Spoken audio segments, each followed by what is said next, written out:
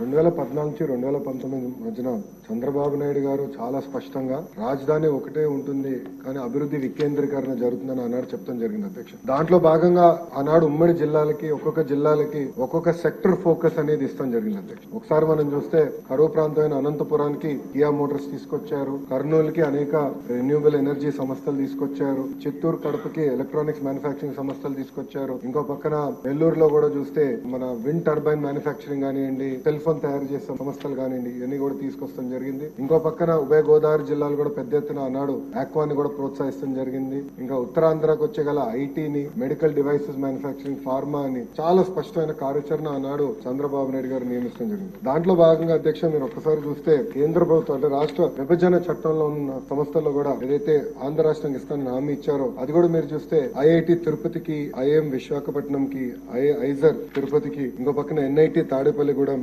IIIT-DM Kurnool, central university Anantapur, ఇంకా central tribal university Vizianagaram జిల్లా కూడా అన్నాడు మన ప్రభుత్వం కూడా ఇష్టం జరిగింది. అంటే మీరు చూస్తే అభివృద్ధి వికేంద్రీకరణ అంటే ఇదే అధ్యక్ష. అంతేగాని 500 కోట్ల రూపాయలు ఖర్చు పెట్టి ఒక ప్యాలెస్ కట్టుకుంటాం కాదు అధ్యక్ష.